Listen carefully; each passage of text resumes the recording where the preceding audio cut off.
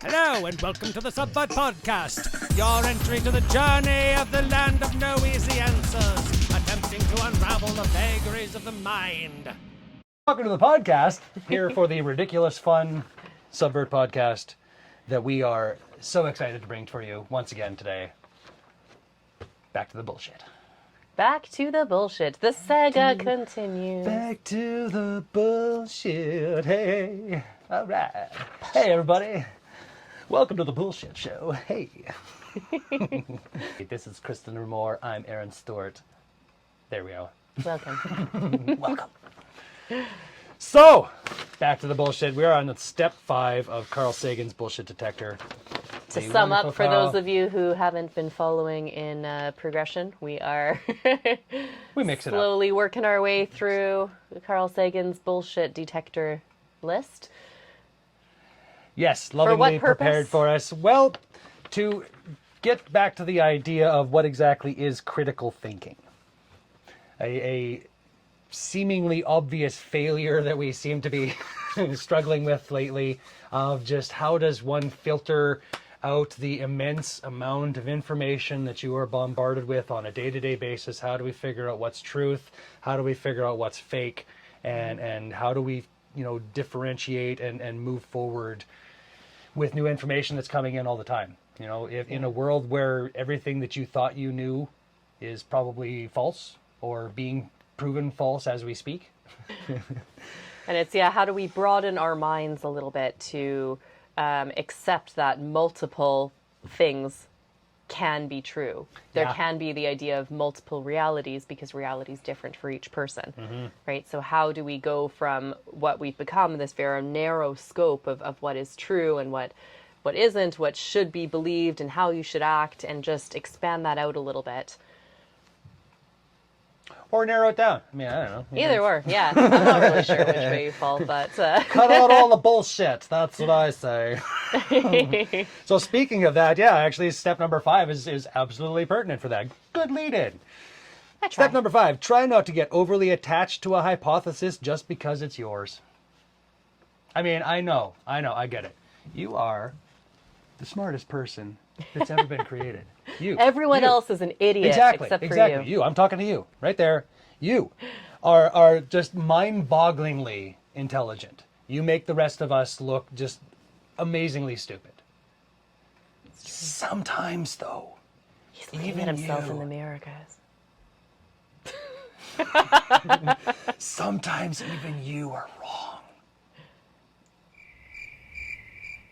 And we're done. Okay, all right. The end. The end.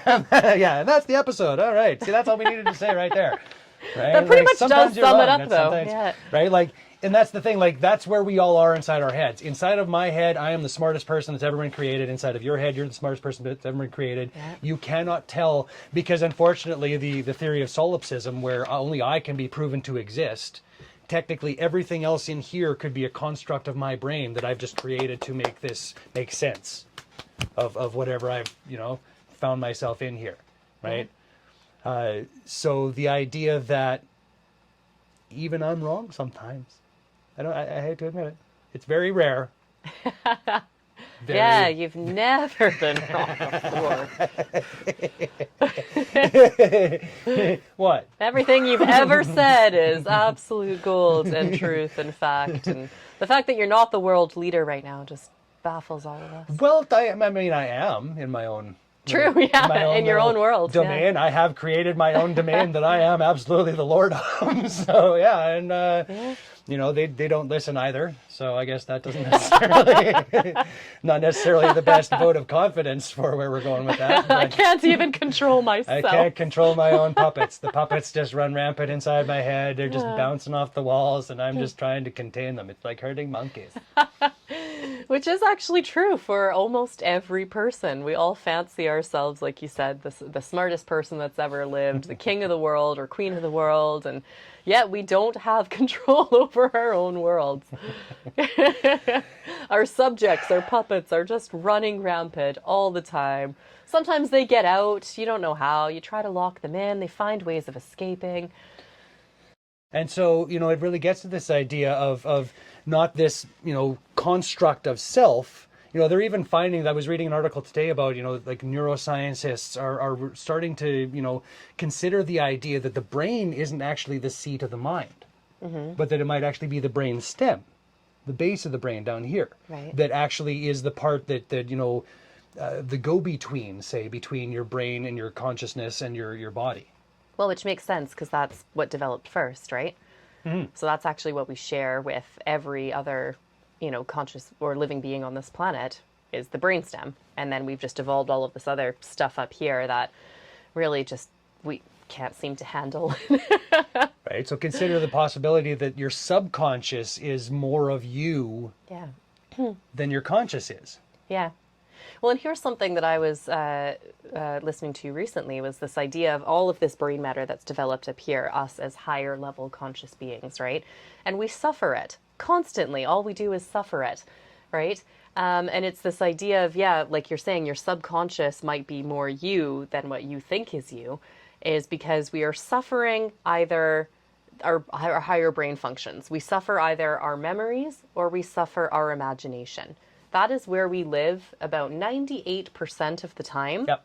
you know, in our own heads, thinking about stuff that has already happened. And we suffer it. And we replay it and we ruminate on it. And, oh, if only this didn't happen to me, or if I reacted this way, or if I made this choice. Or we suffer our imagination. What's going to happen tomorrow? What can I be like? Can it, you know? And instead of just being you, which is, I guess, yeah, your subconscious, your basic functions that live back here, breathing, taking in, expelling air, your heart beating, that is actually who you are. Everything else, we've just dressed up and made the most important thing, and it doesn't actually exist. It's already gone, or it hasn't happened yet. And by the time you've constructed it, it's already changed. Yeah. And yet we make it true for ourselves. Yeah. We make these imaginary things truth, and then we suffer for them. And hold ourselves and others accountable for it. Yeah. Right? For again, this construct that we think should be the right person or the good person or what you know normal people would do or what common sense is. You know, like a lot of these things are just constructs that we use to just try to generalize stuff. And it doesn't necessarily make sense for that to be even a generalization, but we've just decided that that was easy for us, and so we've thrown up our hands and just said, that's all I'm going to do with it. I'm just leaving it there. You know, this idea that you're just kind of led around by your subconscious instead of having control over that. Yeah. Right? Instead of having control over your conscious decision. The idea that we're still here doesn't give you the excuse to just lash out at people indiscriminately, unfortunately. Sorry. It doesn't? I tried. I've unfortunately. But Aaron, everyone else is an asshole but me. We knew that. You've told me this repeatedly. Everyone else. Why won't they see it? Because that's not how we're programmed. Unfortunately, I'm programmed to see you as the asshole. Exactly. That's just, Yeah. and that's so again, like without this humility thing that we were talking about, like last episode, right? Like, how do you get past this idea of I'm right, you're wrong? Yeah. You know, and just no negotiation, and our brains, unfortunately, will double down on that, right? Like it loves being right. Yeah. You know, even in the face of utter wrongness, right? Your brain will convince you, no, man, that's who you are, man. Yeah, exactly. And justifies that decision, and yeah. Yep. You responded exactly the right way. It was their fault, and they provoked this in you, and whatever else goes through your head, right? And now we live in echo chambers where you can throw that onto social media or onto your friends. You know, you could find the people who will justify that in your head. Yeah. And right or wrong. And again, it doesn't mean that there's any blame or fault or anything to be happening here. This is how our brains work. Yeah. You know? And again, I feel it's about embracing this. If we embrace this idea that sometimes our brains lead us down this merry path, right? Yeah. It's a lot easier for you to pull back when you're faced with this reality of, oh, wait, sorry. That was me just being led down the merry path. Oh, right, okay. I've been there. This happened. I didn't like that. Let's go over here. Oh, bless you. Sorry. Oh, I kind of held that sneeze back. Nice. Yeah. I wondered why you were doing the twitchy. Is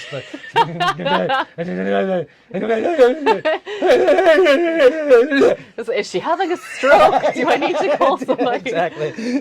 Let's just wait it out and see if it gets better. That's good. So to continue that, so try not to get overly attached to a hypothesis. It's only a way station in the pursuit of knowledge. That is thank you, Carl. My God, what a great way of putting that, right? And that's the thing. So no matter how much evidence, no matter how much proof that we have for any theory, it can always be disproven. Yeah. Science is like that. And a lot of people consider that a failing. That's a feature of science. It's supposed to be able to correct itself. The idea that we will test it until we find the disproving of that, right? Or that we'll develop better tools because somebody just went, well, yeah, are you sure about that? Right? Like, I know that that's been, law for thousands of years, but all it takes is for one person to come along and do another test that goes, wait, what about this? Yeah. And suddenly now they have to completely start looking at this again, which again is a feature of this thing. A lot of people want to have the easy way. It's just not how this works. Right? Well, I love the idea of an idea itself or a hypothesis or anything that you believe to be true is just like a rest stop along the highway of life. You know what I mean? So if your brains are constantly just firing and evolving and changing and reshaping and making new connections, when you land upon something, it's the same as driving down the highway and being like, I gotta pee, right? So this idea is now a highway rest stop. Do you want to live your life in the highway rest stop? Or do you want to get back on the highway and keep going? And unfortunately, what we've done is stopped at this rest stop and gone, okay, I'm comfortable now. Cool, I've got everything I need. There's a falafel stand over there. There's a toilet. There's running water. And it's a great analogy because sometimes at that rest stop, you have to get rid of some shit. Yeah. Sometimes you need to expel some waste. Okay? And that's a great, like you said, what a great way to, and just, sometimes you need to refresh. Sometimes you need to get rid of something. Sometimes you need to just reassess the situation, right? Yeah. Like sometimes the route that you've been taking is now taking you to a spot where there's been a landslide or there's been some sort of natural disaster or something. And so you now need to divert, and without having the resources to be able to divert when we need to, we're going to end up on a path that will lead you to destruction in the end. Without being able to make corrections, in a lot of cases, we're going to be lost. And led down the path of, or worse, like letting someone lead us because we weren't equipped to be able to just say, hey, whoa. This is just a way station.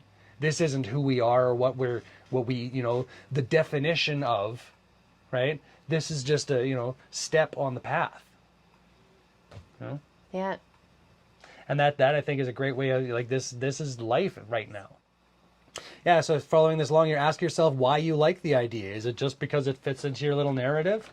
Or is there actual truth behind it? Compare it fairly with the alternatives and see if you can find reasons for rejecting it. If you don't, others will. And that, again, is another, like, these people that are disproving your theory are not the enemy.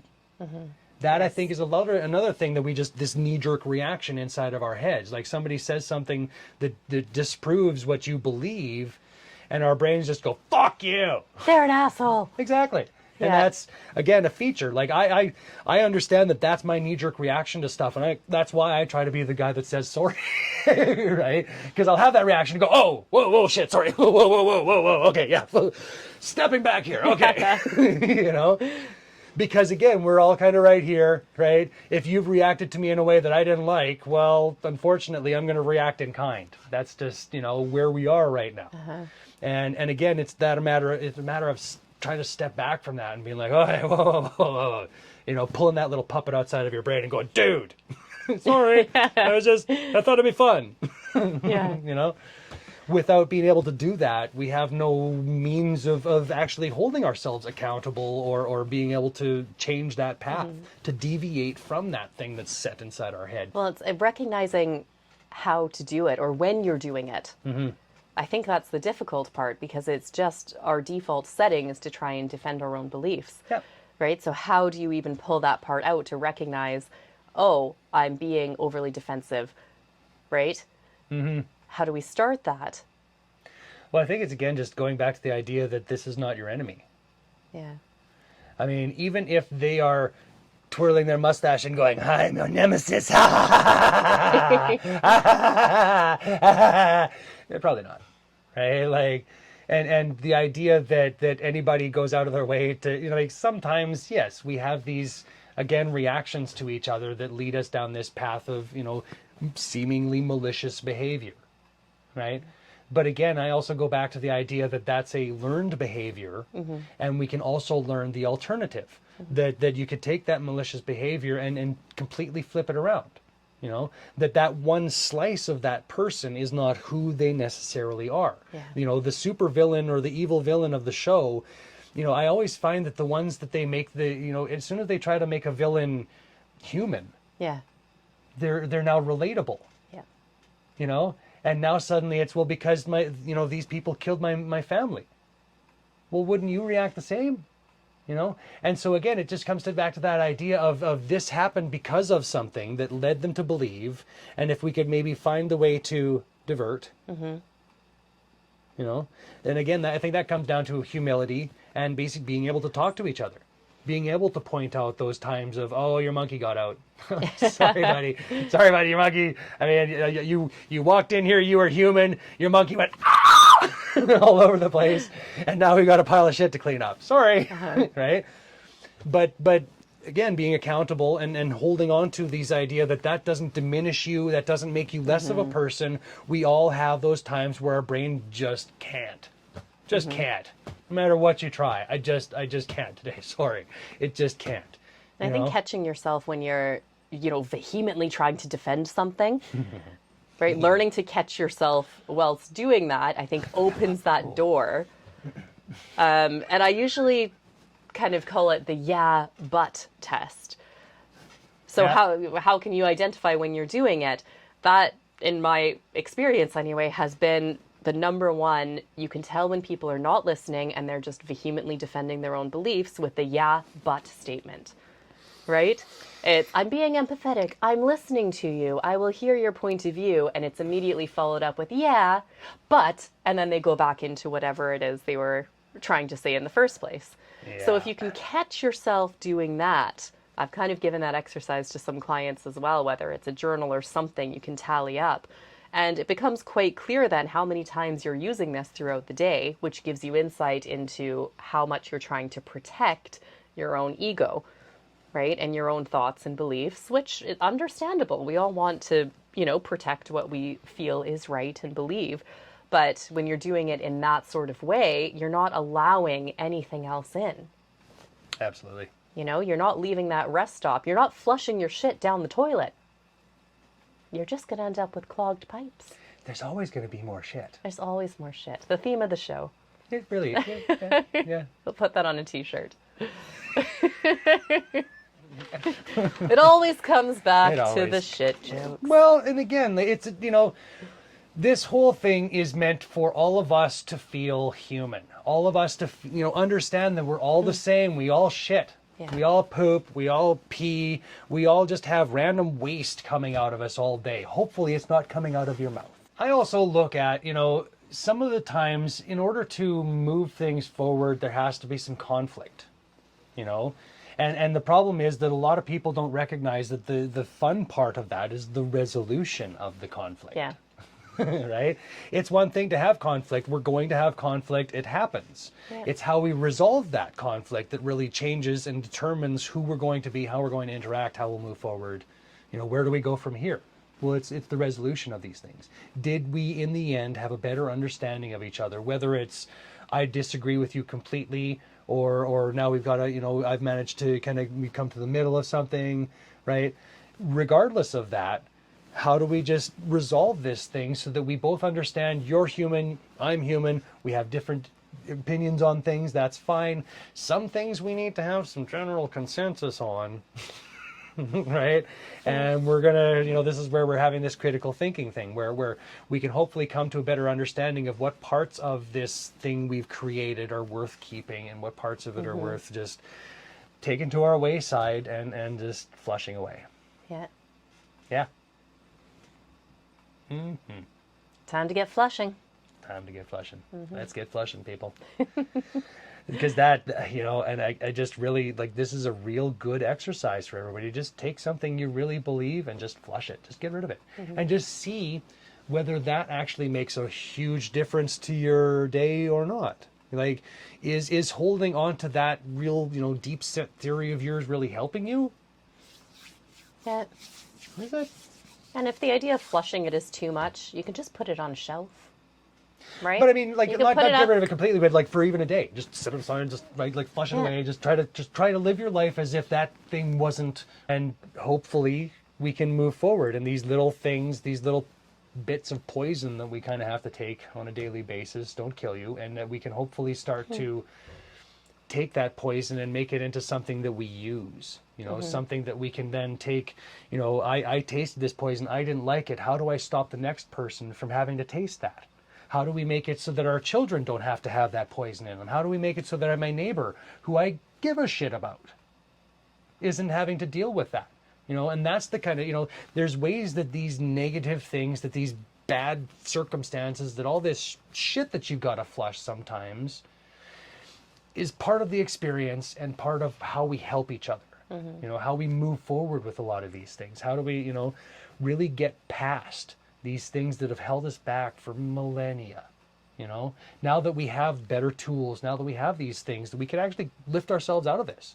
There's 1,000 different things that are within kind of your environment that change how you behave and how you react to things. Right? Getting out in nature, as we talk about a lot too, will change your internal chemistry. Right? You will find yourself thinking differently just because you're breathing different air and you're surrounded by different stimuli. Right? So what we perceive to be, again, the be all and end all, like of our reality, this is the absolute truth, really isn't, because it all depends on where you're looking at it from. And it can change, even within yourself. And if you're holding on to this idea so tight that you're not even willing to look at a different perspective within yourself, I mean, you're going to be in a whole lot of trouble, right? Things are going to get backed up. Really, it's like you're not letting that shit out. Well, what's going to happen? You sew your anus shut, you're just going to get filled up and you're going to poison yourself. You know, you need to be willing to keep things moving. Let shit go, literally. Or things start bursting internally. You know, and that's kind of a good analogy for this as well, right? Like, if you don't let it out, eventually it just fills you up. So don't sew your metaphorical anuses shut, people. And maybe that's the lesson, is just finding safe spaces where we can just let our shit go, right? Find that padded room that you can just walk into and just bash your head against the wall for an hour, right? Like, yeah, but sometimes you're sometimes right. Like, you need just the rage. sometimes you need to get stuff out, and how there are ways to do it that are more productive than how we're doing it now. So literally, the barroom brawl and actually physically hurting another person might not really be the best way to deal with it. You're still going to feel better. But maybe the movies say that that's the only way guys deal with stuff. you're not a real man unless you punch somebody. Hello? I mean, isn't that obvious? I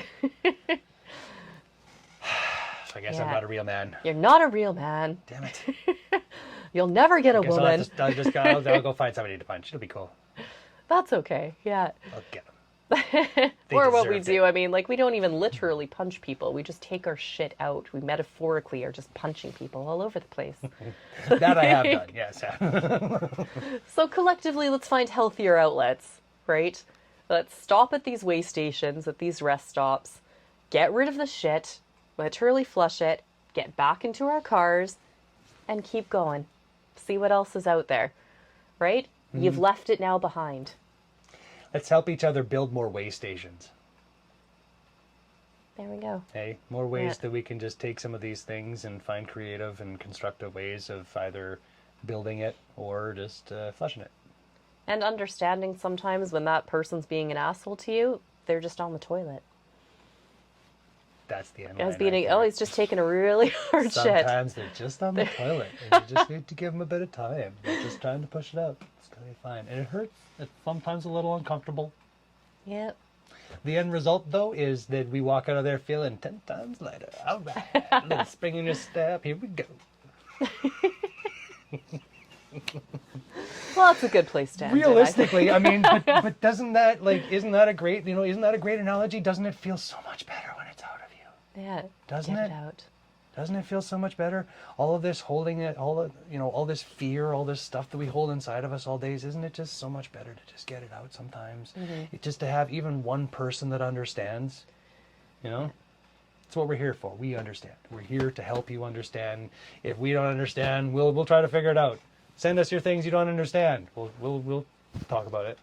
Yeah. We're here in the land of no easy answers, so assume that we won't be able to say that's the answer, but and I figure it's more fun to not know. Yeah, so much more exciting to look at life by what's next. Right? What am I going to be wrong about tomorrow? Who knows? Probably everything. Probably everything. Most likely everything. But it's okay to be wrong. It's okay. And in admitting you're wrong, you're kind of right. So there's a brilliant way there's a take-home message, yeah. We've had a few good send-offs today. We have, yeah. Everyone's like, why isn't it ending yet? They've tried to end this episode about 8 times. We were just waiting for the right one, and I think that was it. There we go. Yeah. We always like to end on some words of wisdom, take home. That's even when you're wrong, you're right. Perfect. Yeah. Especially when you're wrong. I would say actually, especially when you're wrong, you're right. Yeah. Absolutely. Right. There's a good one. Well, thanks again for joining us, everyone. We'll wrap it up there. Otherwise, we'll just keep going for hours and hours. You know us. We'll just keep on talking. We love talking to you. This has been such a joy. Yes. And thank you so much for joining us. We really appreciate every second that you've decided to put your eyeballs towards this thing that we've been creating. Or your earballs. Earballs, sure. Earballs. Well, I mean, I Well, however you're tuning in, we appreciate it. Indeed. And don't forget to hit subscribe wherever you're listening. Follow us on social media. We're everywhere at the Subvert Pod.